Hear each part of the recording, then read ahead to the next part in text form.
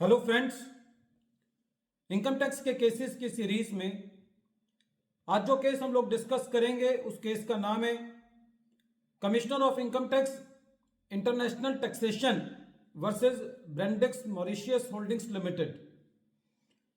ये case 456 ITR page number 34 पर report हुआ मैटर दिल्ली हाई कोर्ट ने डिसाइड किया और इस केस का जजमेंट 20 मार्च 2023 को आया।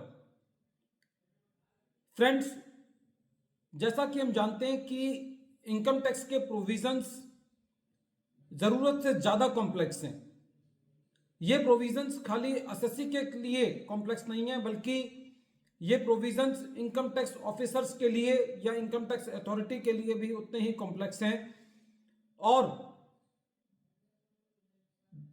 जब इन प्रोविजंस का पालन करते हुए कोई ऑफिसर से भूल चूक हो जाती है तो असेसी उनका एक बेनिफिट ले सकता है टेक्निकल ग्राउंड्स के लिए। ऐसा ही एक सर्कुलर डिपार्टमेंट के द्वारा इशू किया गया 14 अगस्त 2019 को।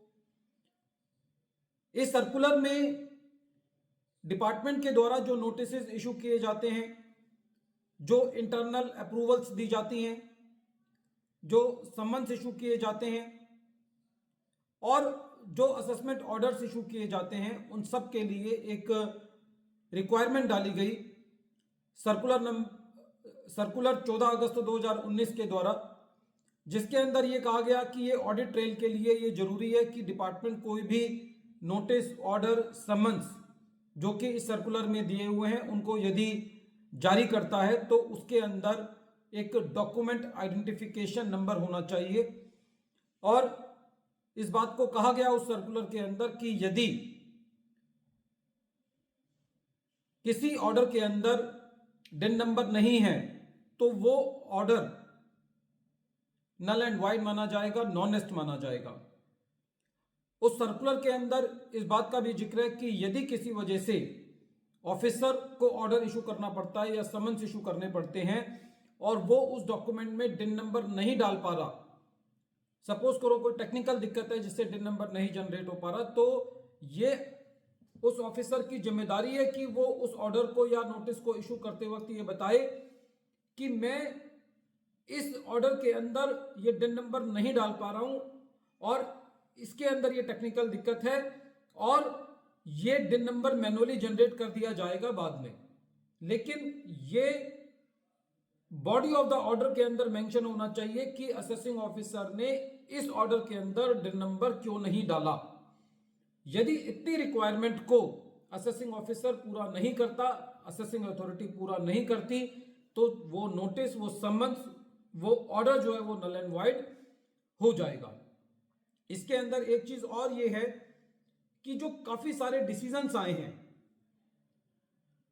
उन डिसीजंस का एकमात्र कंक्लूजन ये है कि यदि किसी असेसिंग ऑफिसर ने डिन नंबर नहीं डाला लेकिन बाद में असेसी को एक इंटीमेशन लेटर इशू करके ये कह दिया कि भाई उस ऑर्डर का डिन ये है, लेकिन अपनी असेसमेंट ऑर्डर के अंदर इस बात का जिक्र नहीं किया कि उसने वो डिन नंबर क्यों नहीं डाला था, तब भी वो असेसमेंट ऑर्डर वैलिड नहीं होगा।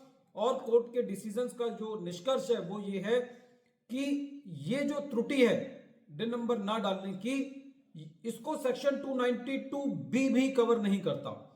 बेसिकली सेक्शन 292B ये कहता है कि यदि किसी रिटर्न के अंदर या नोटिस के अंदर या असेसमेंट ऑर्डर के अंदर कोई छोटी मोटी गलती हो जाती है तो उसकी वजह से वो नोटिस या वो ऑर्डर इनवैलिड नहीं होना चाहिए। लेकिन कोर्ट का ये कहना है कि ये एक बेसिक सिद्धांतिक रिक्वायरमेंट है, इसको सेक्शन 292B कवर नहीं करता।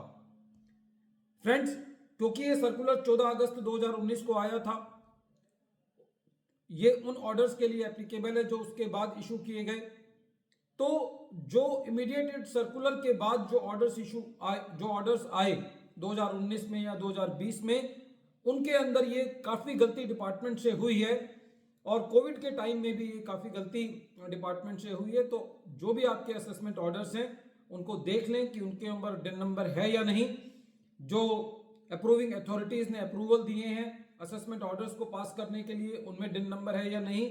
यदि वो उनके ऊपर डिन नंबर नहीं डला हुआ और बॉडी ऑफ द ऑर्डर के अंदर या कम्युनिकेशन के अंदर ये चीज मेंशन नहीं है तो वो ऑर्डर नल एंड वॉइड होगा। ऐसा ही इस केस में हुआ।